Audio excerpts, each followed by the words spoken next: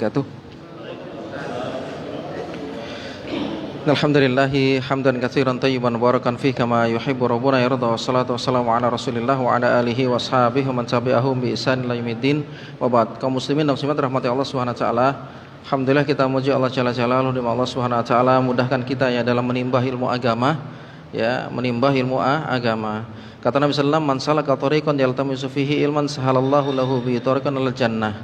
Rawahu Muslim. Siapa yang dia menempuh jalan menuntut ilmu agama, ya, menuntut ilmu agama, maka Allah Subhanahu wa taala mudahkan jalannya menuju surga. Jadi Allah Jalla wa ala mudahkan bagi para penuntut ilmu agama kemudahan menuju surga. Oleh karenanya para ulama hadis itu semangat dalam menimbah ilmu hadis, ya, menimbah ilmu hadis, ya, untuk mencari ilmu, ya, bermajelis ilmu, mendatangi para ulama hadis, sisa-sisa para sahabat Nabi sallam dan para tabi'in yang telah meriwayatkan hadis yang sahih dari Nabi sallam. Mereka semangat, mereka sungguh semangat, dan ketika mereka semangat dalam menimba ilmu agama, mereka juga semangat dalam mengamalkan ilmu, ilmu. Oleh karenanya seorang ulama Bani Abbasiyah yang bernama Abdullah Al-Mu'taz, ya, Abdullah Al-Mu'taz berkata, "Al ilmu bila amalin kasyajarah bila samarah." Ilmu tanpa amal seperti pohon tanpa buah. Kemudian ilmul munafik, kata beliau, fi qaulihi, wa ilmul mu'min fi amalihi. Karena ilmunya orang munafik itu hanya sekedar di lisan, cuman kila waqal, ya, banyak bicara, tidak mau beramal. Adapun ilmunya orang yang beriman itu adalah amal, jadi dia diamalkan. Oleh karenanya para sahabat Nabi sallallahu melihat gurunya Rasulullah sallallahu hebatnya mereka beramal saleh, padahal mereka dijamin masuk ke dalam surga, tapi mereka tetap semangat dalam beramal saleh. Bahkan Nabi sallallahu sampai bengkak kakinya, Pak. Padahal Nabi sallallahu itu, ya, dijamin masuk surga, diampunkan dosanya yang telah lalu dan yang akan datang. Tapi beliau sholat sampai bengkak kakinya. Bahkan Aisyah bertanya, maka Nabi sallallahu menjawab, "Afala akunu abdan syakura?" Tidakkah aku menjadi hamba yang bersyukur? Itu jawaban Nabi sallallahu. Sudah dijamin masuk dalam surga. Ini contoh kedua, kan? Rasulullah SAW itu contoh buat kita yang sudah dijamin masuk surga, itu memberikan contoh kepada kita untuk beramal soleh, semangat dalam beramal soleh. Terlebih kita yang gak ada jaminan, kita gak ada jaminan surga, gak ada jaminan pengampunan dosa. Kita berharap dengan mengikuti titah Rasul SAW, ya, Allah Jalla wa ala memberikan izin Nabi SAW syafaatnya kepada kita. Bagaimana Nabi SAW memberikan syafaat kepada umatnya, sedangkan umatnya yang berharap syafaatnya tidak menjalankan syariatnya. Bapak saja, misalnya bapak bos tukang, ya, kemudian bapak perintahkan ini, tapi yang tukangnya nggak ngikutin perintah bapak, itu jengkel, ya kan? Dan seperti itulah gambarannya. Oleh karenanya kalau kita ingin mendapatkan syafaat Nabi SAW, ikuti ajarannya, jangan ikuti ajaran selain Nabi. Maka bahkan Nabi SAW bersabda, ketika Nabi SAW diantara kemuliaan Nabi SAW disediakan nanti di sorga, sebelum masuk ke dalam sorga, setelah di padang mahsyar, namanya telaga Al-Kautsar. Yang kata Nabi SAW, siapa yang dia meminumnya, lam yadhma abada, enggak akan pernah haus selama-lamanya. Namanya telaga Al-Kautsar. Tapi ada dalam umat ini umat ini yang dihalau, dilarang, ya, meminum telaga Al-Kautsarnya Nabi. Maka Nabi SAW bersabda, ya, innahum minni, ya, mereka itu adalah umatku. Kenapa dilarang gitu? Kenapa Nabi SAW mengetahui itu adalah umat Nabi SAW sehingga dia berkata itu adalah umatku? Karena umat ini akan dikenali Nabi SAW karena min asari apa? Udu, karena bekas udunya. Karena bekas udunya kita ini bercahaya di akhirat.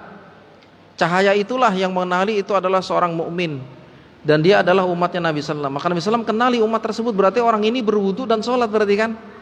Tapi dihalau untuk meminum telaga Al-Kautsar, dilarang. Kemudian dikatakan, ya, innaka la tadri ma badalu ba'dak. Engkau enggak tahu, wahai Muhammad, setelah meninggalmu mereka beribadah tidak sesuai dengan tuntunanmu. Bayangkan, mereka merubah syariatmu, beribadah tidak sesuai dengan tuntunan Nabi SAW. Maka Nabi SAW bersabda, ini riwayat Al-Bukhari, suhkan liman badala ba'di, sungguh celaka orang yang merubah syariatku. Makanya orang ahlu sunnah itu, ya, ada dalil, ada tintah dari Nabi SAW, kerjakan. Enggak ada, sudah diem. Itu orang mukmin. Makanya orang mukmin dikenal apa? Ketika diperintahkan, sami'na wa ata'na, kami dengar ya Allah, kami taat. Makanya kenapa kita menjalankan perintah Nabi SAW bukan hanya sekedar sunnah belaka.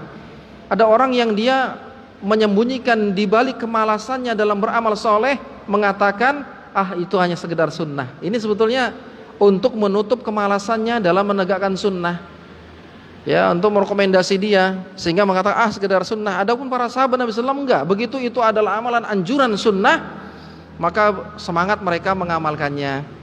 Makanya di antara guru Imam Asy-Syafi'i, Sufyan Ats-Tsauri, ya, beliau menyebutkan, tidak ada hadis yang datang dariku yang aku hafal ribuan hadis, melainkan aku telah amil tuha, aku telah mengamalkannya, meskipun cuman wahid sekali.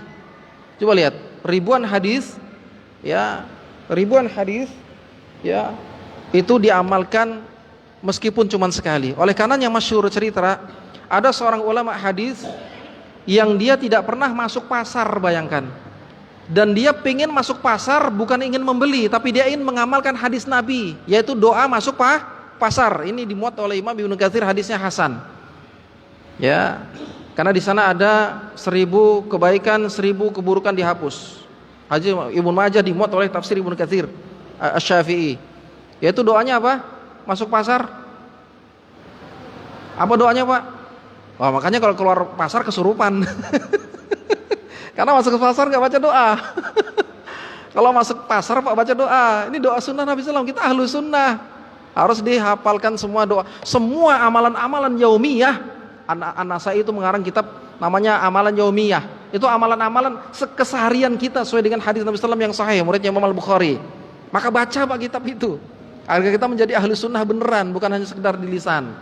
Masuk pasar, masuk WC, masuk rumah yang ada orangnya dan tidak ada orangnya, itu ada doanya Nabi SAW. Masuk masjid, keluar masjid, pakai baju, lepas baju, makan, tangan kanan semua, minum, tangan kanan semua, habis makan, habis minum, baca doanya. Bahkan Allah ridho kepada seorang hamba habis makan, habis minum, memuji Allah Subhanahu Wa Taala.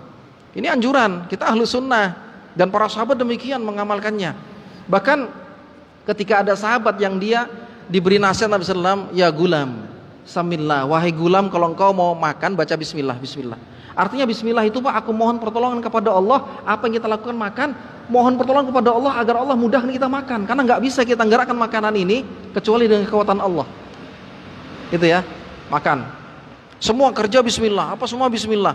Bahkan junub, hubungan badan baca bismillah dulu kan, agar kuat Pak. Mau siapa yang loyo-loyo nih, baca bismillah. Bismillahi Allahumma jannibna syaitan wajibni syaitan ma razaqtana. Ini dibaca nih, subhanallah, ini akan menjadi kuat dia. Dengan nyebut nama Allah, Allah berikan kekuatan. Jadi semua amalan yaumiyah itu diajarkan oleh Nabi SAW, dan gak ada itu kecuali dalam Islam aja. Kita syukur kepada Allah dikenalkan Islam lengkap. Apa doanya masuk pasar? La ilaha illallah wahdahu la syarikalah, lahul mulku wa lahul hamdu yuhyi wa yumiitu wa huwa hayyun la yamut biyadihil khair wa huwa ala kulli syai'in qadir. Ahlus sunnah baca itu masuk pasar. Ulama hadis ini dia nggak pernah masuk pasar. Dia cuma ingin mengamalkan hadis Nabi meskipun sekali, masuklah dia pasar. Baca doa itu dia. La ilaha illallah wahdahu la syarikalah, lahul mulku wa lahul hamdu wa huwa ala kulli syai'in qadir.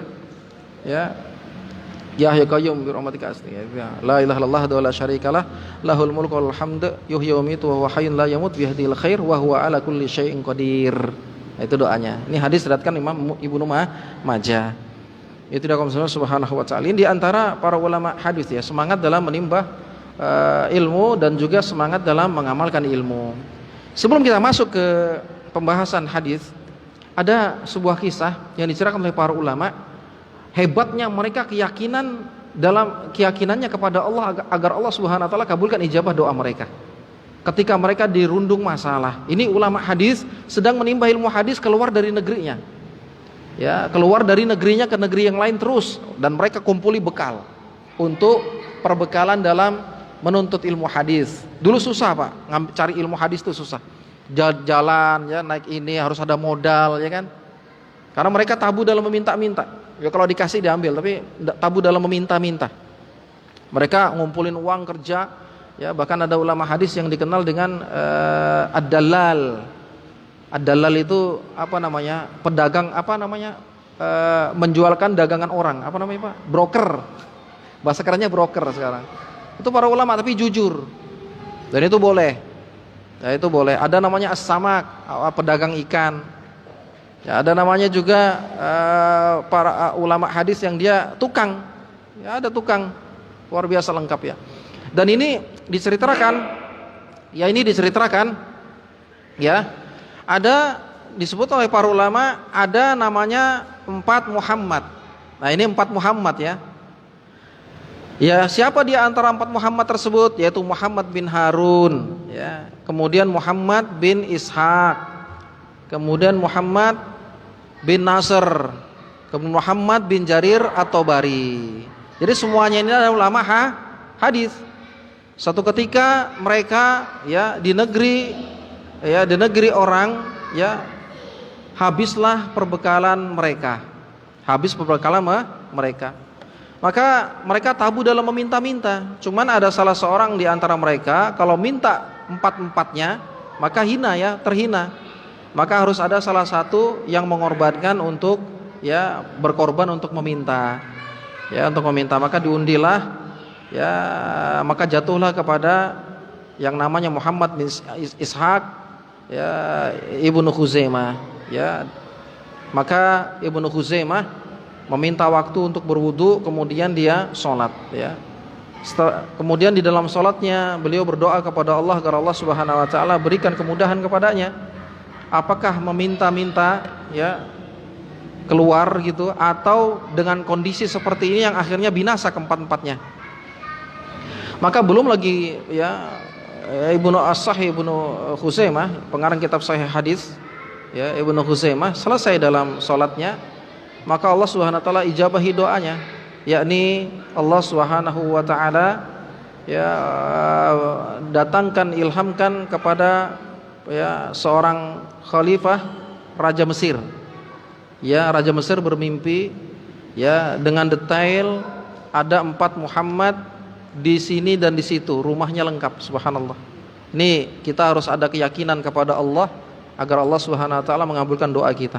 Oleh karena sungguh-sungguh dalam beramal saleh sesuai dengan sunnah Nabi sallallahu alaihi wasallam, ini namanya wali, ya. Namanya wali yang sesuai dengan sunnah Nabi sallallahu alaihi wasallam. Bukan wali syaitan. Ya. Karomah, ya, Allah berikan karomah.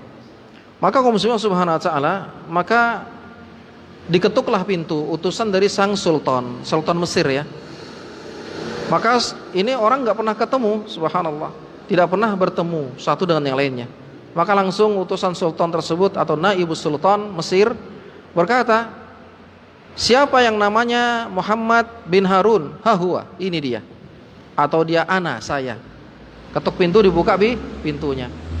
Ya. Maka diberikanlah surah, yaitu isi uang jumlahnya 20 dinar. Dikasih kepada Muhammad bin Harun. Kemudian utusan sang Mesir raja berkata lagi, siapa yang namanya Muhammad, ya, bin Nasr? Huwa. Jadi disebut 4-4-nya padahal enggak pernah ketemu sebelumnya, subhanallah. Ajib, ya, aneh, ya. Inilah keyakinan seorang hamba kepada ijabah doa. Allah mengijabahi doa seorang hamba. Maka dikasihlah juga 20 dinar. 20 dinar itu, Pak, kalau dikalkulasikan emas zaman sekarang 4,25, itu munculnya 200 gram lebih. Jadi dikasih emas 200 gram lebih satu orang. Kemudian utusan Raja Mesir berkata lagi, siapa yang namanya Muhammad bin Jarir at-Tabari, pengarang tafsir Al-Quran, Ibnu Jarir at-Tabari. Kita kenal dengan Ibnu Jarir at-Tabari, tafsir Ibnu Jarir at-Tabari. Huwa, ini dia orangnya. Maka diberilah 20 dinar lagi, subhanallah. Maka terakhir dia tanya, siapa yang namanya Muhammad bin Ishaq? Ini 4 Muhammad, arba'u mahamidah. Siapa yang namanya Muhammad bin Ishaq Ibnu Khuzaimah? Dia lagi sholat, subhanallah. Dia belum selesai dia sholatnya. Titipkan untuknya 20 dinar. Pak, ya, subhanallah. Maka ditanya, akhbirna, kabarkan kepada kami, mal amr, ada apa gerangan sang amir atau sang khalifah Mesir mengutus Anda? Ternyata diceritakan ketika, ya, Raja Mesir tidur, dia bermimpi di sini ada 4 Muhammad yang lagi kelaparan, jia. Subhanallah. Allah Subhanahu wa taala, enggak ada yang mustahil bagi Allah Jalla wa ala, ya. Belum lagi selesai sholatnya, Allah Subhanahu wa taala ijabahi doanya. ijabahi doanya. Oleh karenanya Ibnu Abbas radhiyallahu anhuma ya meriwayatkan hadis Nabi sallallahu bersabda, ta'arraf ila Allah fi raha ya'rifuka fi syiddah. Ingatlah Allah di waktu luang, di waktu sehat gitu ya, di waktu aman seperti kita ini, nggak ada rintangan, keluarga sehat semua. Semangat beramal soleh, jangan malas-malesan ngelakukan yang wajib apalagi yang sunnah. Yang sering masbuk, usaha untuk tidak masbuk, karena masbuk adalah celaan, ada celaan. Bahkan Ibrahim At-Taimi seorang ulama tabi'in menyebutkan, idza ra'aitar rajula yatahawanu fi takbiratil ula faghsil yadaka minhu. Jika engkau melihat seseorang yang dia sering masbuk, maka cuci tanganmu darinya, yaitu jangan dijadikan teman padahal masih sholat jamaah. Ini saking luar biasanya ya, kalau kita nggak ya gitu-gitulah ya. Maksudnya artinya ada semangat yang luar biasa para kalangan para ulama gitu. Ini baru tabi'in, bagaimana sahabat. Makanya Umar bin Khattab radhiyallahu anhu dia menyebutkan, seandainya dia bukan menjadi khalifah, aku akan menjadi seorang muadzin. Dia nggak pikir ego, nggak pikir gengsi, dia pikir keutamaan besar pahala di balik adzan. Makanya hadis sanad Imam Muslim ya, kalau seandainya seseorang itu tahu keutamaan sab pertama ya kan, dan azan, tidaklah diundi melainkan mereka pasti mau mengundi. Ya, bukan imam, tapi azan dan sab pertama. Subhanallah, luar biasa ya. Oleh karenanya kita semangat dalam beramal soleh. Ya, beramal soleh. Ya, beramal soleh. Oleh karenanya kaum muslimin Allah Subhanahu wa taala di kesempatan ini ya, motivasi kita agar kita membiasakan diri untuk beramal soleh ya, agar Allah Subhanahu wa taala wafatkan kita di atas kebiasaan kita di amal soleh tersebut. Tentunya sesuai dengan Al-Quran dan Sunnah, lebih teliti dalam ibadah kepada Allah, lebih teliti beribadah kepada Allah Subhanahu wa taala, karena syariat ini murni diembankan kepada Nabi sallallahu alaihi wasallam, dan kita ingin itu ibadah tidak sia-sia, sehingga kita harus cross check benar apakah amalan tersebut betul bersumber dari Nabi sallallahu alaihi wasallam atau bukan. Jika bukan maka tinggalkan, kalau itu perkara agama. Adapun perkara dunia, kata Nabi sallallahu alaihi wasallam, antum a'lamu min umuri dunyakum, kalian lebih paham dalam perkara dunia kalian. Terserah ya untuk berinovasi gitu ya, dan seterusnya. Adapun perkara akhirat sudah sempurna agama ini, maka contohlah Nabi sallallahu alaihi wasallam. Ya, mudah-mudahan Allah Jalla wa ala wafatkan kita di atas ridha Allah Jalla Jalaluh, semangat dalam beramal soleh ya. Kemudian berdoa agar Allah Jalla wa ala mudahkan kita dalam beramal soleh. Yang siapa yang masih belum seumur hidupnya mendapatkan sholat 40 hari 40 malam tidak pernah masbuk, usaha minimal dalam seumur hidupnya ya, seumur hidupnya dia mendapatkan keutamaan hadis tersebut. Yang seorang tidak pernah masbuk, tidak pernah tertinggal dalam 40 hari 40 malam, maka Nabi sallallahu alaihi wasallam sebutkan riwayat Tirmidzi, hadisnya Sahihkan Syekh Albani, baro'atan, dia mendapatkan 2 kebebasan. Apa itu? Bara'atun minan nar wa bara'atun minan nifaq, bebas dari neraka dan bebas dari kemunafikan. Dan biasanya seseorang yang dia goal ini karena Allah, setelahnya dia akan terjaga sholat-sholatnya, dia akan takut tertinggal sholat, dia akan takut tertinggal sunnah kebiasaannya. Ini diantara amalan seorang hamba diterima Allah Jalla wa ala. Bukan langsung melenggang, berbuat maksiat, meninggalkan sholat, bukan. Itu menandakan amalannya tidak diterima. Ya, oleh karenanya ini tentunya karunia Allah Jalla wa ala ya, kita berdoa kepada Allah ya, agar Allah Subhanahu wa taala kuatkan kita dalam beramal saleh. Wallahu a'lam bishawab. Mungkin ini kita sampaikan ya sekelas motivasi. Apabila pertanyaan-pertanyaan lainnya, insyaallah kita akan jawab bersama-sama. Wallahu a'lam bishawab. Kira mau ditanyakan Pak, silakan.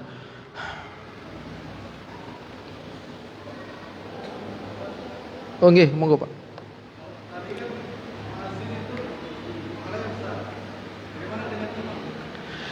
Ya, Nabi sallam kalau imam itu didoakan Nabi sallam ya, Allahumma ighfir lil muadzinin wa arsyidil lil a'immah.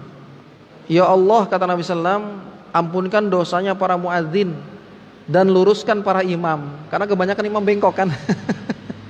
Luruskan para imam, sabitkan imam itu, karena banyak imam yang salah, banyak imam yang harus diluruskan. Makanya Nabi sallam doakan, luruskan para imam. Oleh karenanya ya kita berdoa semampu kita ya.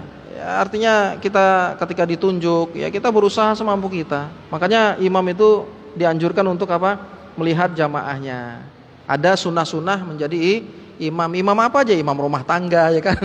Bukan imam sholat aja, imam rumah tangga. Ya kan jadi imam apa namanya? Pemerintah ya. Imam sholat aja itu diperhatikan kan. Istau sufufakum, luruskan rapatkan safnya, karena nanti dia akan ditanya di akhirat. Ini hadis Nabi SAW, dia akan berat ditanya oleh ya Allah Jalla wa'ala di akhirat tentang kepemimpinannya. Maka minimal kita tanya, istau, rapatkan Pak safnya di sana. Rapatkan Pak. Karena Nabi SAW bersabda kan, wa man wasala safan wasallallahu man qata'a safan qata'a Allah. Siapa yang memutus saf, Allah putus hubungannya dengannya. Maksudnya rahmatnya Allah putus dari dia. Siapa yang mau diputus rahmatnya dari Allah? Enggak ada yang mau kan? Maka rapatkan saf. Wa man wasala safan wasallallahu. Siapa yang dia merapatkan saf, Allah akan beri rahmatnya selalu. Makanya kalau kita sholat jamaah betul-betul mendapatkan rahmatnya Allah, rahmat kita dan keluarga dapat, itu diantaranya ini. Tapi kalau antum sudah usaha begini, dia merenggang ya sudah, enggak usah dipaksa. Kemudian juga imam misalnya istau, luruskan, dia enggak mau luruskan, sudah urusan dia sama Allah itu. Karena kita menyampaikan.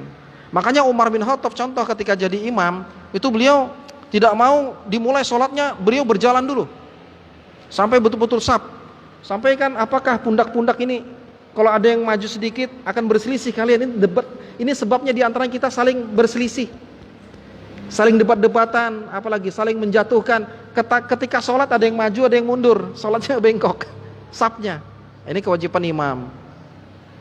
Ya artinya semampunya kita istau, luruskan, rapatkan safnya Pak. Itu sudah besar-besar kan, udah paham lah kalimat itu ya. Kalau dia tidak mau, urusan dia sama Allah Subhanahu wa taala. Yang penting kita sudah sampaikan. Dan banyak lagi adab-adabnya. Makanya Nabi SAW doakan, ampunkan dosanya para muadzin ya. Allah ampunkan dosa muadzin, subhanallah. Dan luruskan para imam. Makanya Umar bin Khattab ingin jadi muadzin, tapi karena dia khalifah, dia harus jadi imam, gitu ya. Gitu ya Pak ya. Atau muadzin luar biasa. Di sini dijadwal lah, diganti-gantian lah misalnya kan. Misalnya ini tidak ada ini terus, gantian lah satu, biar dia mendapatkan keutamaan. Tapi kalau nggak mau, kesempatan kita. Maju kita. Gantian, luar biasa muadzin. Gitu Pak ya. Nggih. Oh, luar biasa tuh Pak. Oh, luar biasa itu semangat sekali, dapat pahala double itu. Dia dapat pahala double. Luar biasa, itu jarang seperti itu ya. Anda dulu pernah di Jawa, dia itu Pak sampai tua nggak mau diganti azan. Luar biasa orang tua, sampai suaranya enggak, tapi dia pengen jadi muadzin terus. Ya Allah, dia tahu nih keutamaan hadis ini, padahal orang kampung, sampai dia tua.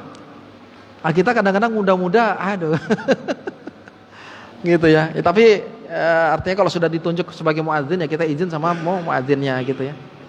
Tapi insya Allah di sini aman aja kan? Insya Allah aman. Monggo Pak, silakan. Oh, nggih. Nggih. Nggih.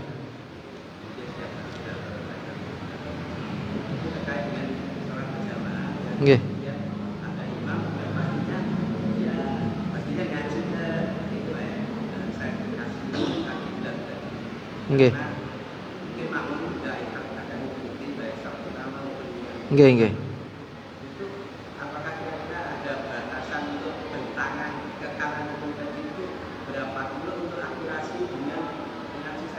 Iya.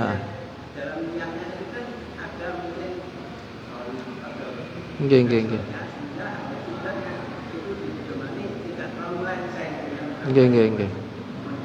Iya. Nggih. Kira-kira kalau di masjid ada bentang yang berbatas dinding kanan kiri. Kalau misalnya orang di lapangan itu apakah ada kamu pandang ke kamu ke kiri misalnya? Iya, ini alhamdulillah ini Kementerian Agama yang berperan. Alhamdulillah bagus ya. Para ulama menyarankan, ini kiblat kita pas aja kah? Atau nyerong kah? Pas ya, alhamdulillah udah pas. Ulama menjelaskan yang abdul sesuai dengan arah kiblat ya, sesuai arah kiblat. Kemudian ulama khilaf, apakah nyerong sedikit boleh? Sebagian ulama menyebutkan tidak apa-apa. Yang penting dia masih belum jauh betul jaraknya.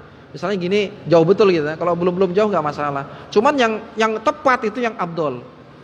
Yang tepat adalah yang abdul. Dan itu diberikan udzur ketika seorang dia jauh dari kiblat. Karena kiblat itu kan Ka'bah itu arahnya. Makanya kalau kita berada di Ka'bah, arah mana aja. Karena tujuannya Ka'bah, bukan barat, bukan timur, bukan. Tapi Ka'bahnya, maka semua arah. Itu ya. Adapun yang jauh dari melihat Ka'bah maka ada udzur. Makanya di sini khilafnya. Tapi yang kalau tepat bisa dipastikan ada mesin yang tepat itu lebih bagus. Ini yang lebih paham adalah Kementerian Agama. Kita serahkan sama mereka. Koordinasi lah. Gitu Pak ya. Barakallahu fikum. Ya Allah alam bissawab ya. Jadi ya.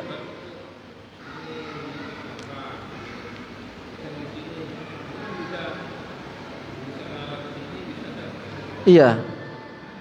Itu apa namanya? Melihat Ka'bah ya. Makanya ada riwayat kalau jauh dia tawaf, itu tawaf kalau dekat dia jalan kaki, tapi boleh tawaf pakai kendaraan. Misalnya pakai mobil, pakai motor boleh. Kalau dia jauh biasanya di tingkat yang paling apa? Yang jauh ya. Tingkat berapa itu? Itu boleh pakai kendaraan, Pak. Tawaf. Tapi kalau dekat enggak. Ya karena ada riwayat pakai kendaraan. Artinya melihat, artinya dari bawah, dari atas gitu ya. Semuanya ke Ka'bah. Ya, jadi ya makanya mazhabnya gurunya Imam Syafi'i siapa dia? Imam Malik. Itu kalau sholat melihat Ka'bah. Jadi sholatnya nggak lihat gini, lihat gampang gini. Itu mazhab Syafi'i, mazhabnya Malikiyah, lihat Ka'bah gini. Makanya kalau ada orang di Indonesia dia sholatnya nggak lihat gini, dia gini, itu mazhabnya Malik, Imam Malik, pengikutnya Imam Malik. Kalau kita Imam Syafi'i gini, ya sesekali lihat gini nggak apa-apa lah, asal jangan kedip-kedip mata aja. Ya itu boleh ya, artinya kita lihat gini boleh ya. Nah ya, lihat ke depan. Jadi dia khusus berdiri, kalau berdiri ke depan. Sama seperti hukum tata cara sholat duduk Pak ya. Nah, ini saya teringat ini. Kalau Bapak mampu berdiri dulu, jangan langsung duduk. Sholatnya nggak sah, subhanallah. Karena berdiri termasuk daripada rukun sholat. Sama seperti di pesawat, berdiri dulu. Usahakan berdiri dulu. Nanti kalau sudah nggak mampu baru duduk seperti biasa. Nanti ruku, habis itu sujudnya lebih rendah dari ruku seperti itu. Kalau dia mampu berdiri dulu. Ya, makanya kalau mampu berdiri. Ya. Ya. Ya inilah kondisi yang mengkondisikan ya. Kalau dia mampu berdiri maksudnya kondisinya mampu ya kan, seperti pesawat kalau naik haji, pesawatnya besar kan? Ya kalau di Indonesia kayaknya susah karena nyangkut. Nah, kalau itu sudah nggak bisa, berarti harus duduk. Artinya kalau dia mampu berdiri dulu. Misalnya dia sakit pinggangnya gitu kan. Dia berdiri dulu, nanti habis itu baru duduk. Ya. Sama seperti kondisi ketika imam dia tidak bisa berdiri. Dari awal dia nggak bisa berdiri, jadi sholatnya duduk, maka para makmum sholatnya duduk semua meskipun mampu berdiri. Kecuali kalau imamnya awalnya dia berdiri, ya kan, kemudian suatu ketika dia sakit dia duduk, maka para makmum sholatnya tidak duduk seperti imam, karena awalnya berdiri maka dia berdiri. Bisa dipahami ya? Itu, wallahu a'lam. Ya itu usaha kita lah. Kalau kita mampu berdiri, kondisi memungkinkan usaha berdiri. Kalau tidak ya sudah sesuai dengan kemampuan kita. Seperti itu ya, wallahu a'lam bissawab. Ya. Nggih.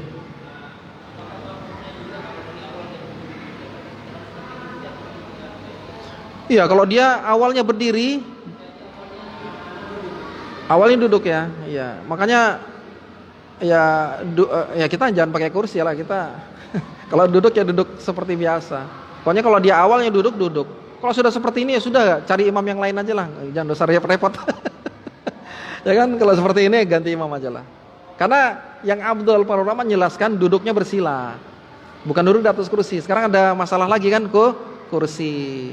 Artinya kalau itu namanya duduk ya duduk. Ya, kalau itu duduk. Artinya kalau sudah seperti ini ya ganti imam yang sehat lah. Alhamdulillah imam kita banyak kan, ada beliau-beliau nih. Alhamdulillah ya. Kalau kursi, iya disebutkan dalam kitab Taisir Alam Syarh Umdatul Ahkam yang dikarang oleh Syekh Ali Bassam yang menjelaskan tentang para ulama demikian, yang menjelaskan tentang hadis apa, innama ju'ilal mautu bihi fala takhtifu alaih wa idza, kalau dia imam itu dijadikan untuk diikuti, kalau imam itu sholatnya Duduk maka kalian julus, duduk juga. Maksudnya membahas ketika dari awal duduk maka mereka duduk. Karena Nabi SAW seperti itu. Ya, Nabi SAW seperti itu. Enggak ada. Allahu a'lam. Allahu a'lam.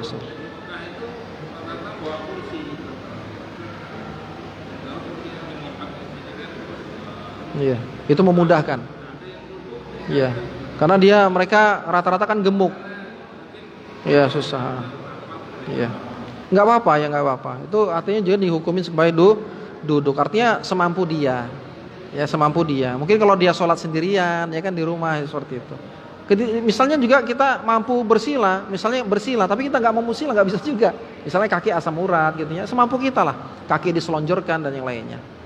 Itu kemampu kita. Tapi kalau dia mampu berdiri dulu, usaha berdiri. Setelah itu baru duduk. Tapi kalau sudah nggak bisa ya duduk. Seperti itu Pak ya.